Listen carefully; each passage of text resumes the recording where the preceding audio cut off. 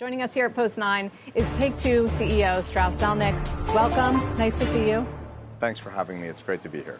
So the overall business, and you said this on the call, your industry's been in recession for 18 months. You had this big boom during COVID when everyone was at home playing video games, and then a big give back. Where are we now? We're stabilizing. On a year-over-year basis, it looks like consoles up a bit, which is great. Mobile is flat, maybe a little down, maybe coming back. So I would say consistent with my expectations that things would hopefully bottom out in June, July, and we'd begin to see a nice sort of gain as we head into the end of the year. And by calendar 24, we feel like we'll be in a good place. It remains the fastest growing part of the entertainment business. The long-term outlook for the industry is exceedingly positive. Well, I was going to ask, as it relates to the entertainment business, we've seen so much spending power go toward live shows. Yes. Taylor Swift, Beyonce, they're all on tour.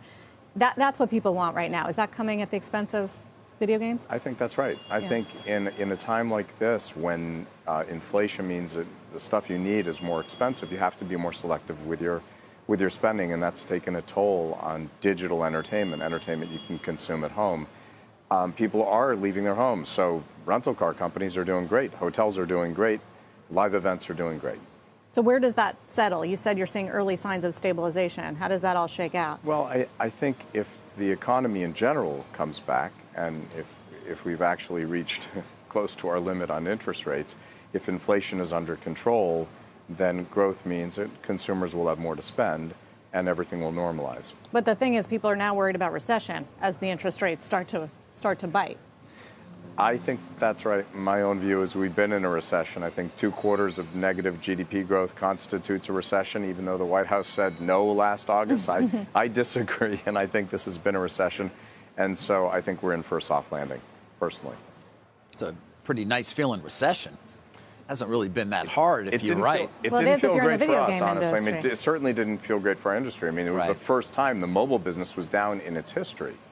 And you're right, Sarah, we did enjoy this big growth during the pandemic, and obviously it's a terribly tragic time.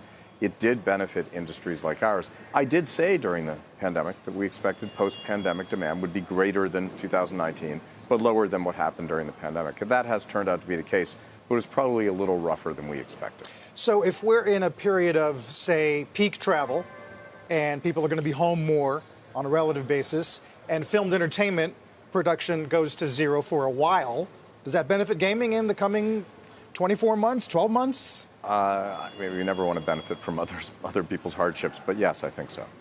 Yeah. I think we're well positioned. And that's without regard to the strike. Right. Stress, I mean, a lot of your investors, at least when I talk to them, they want, when's the ship date for Grand Theft Auto? That's the first question. So when is it? So we leave the announcements about upcoming titles to our labels.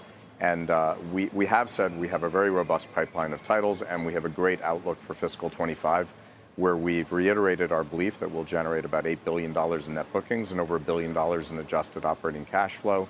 So pretty exciting time, but we haven't spoken about the specific release schedule. And we have titles coming from all of our labels, including great releases, we hope, coming from Zynga. But when it comes to GTA, there's a belief, I think, that it's had materially higher development costs, and so there's some question as to profitability ultimately when you do ship. How do you answer that?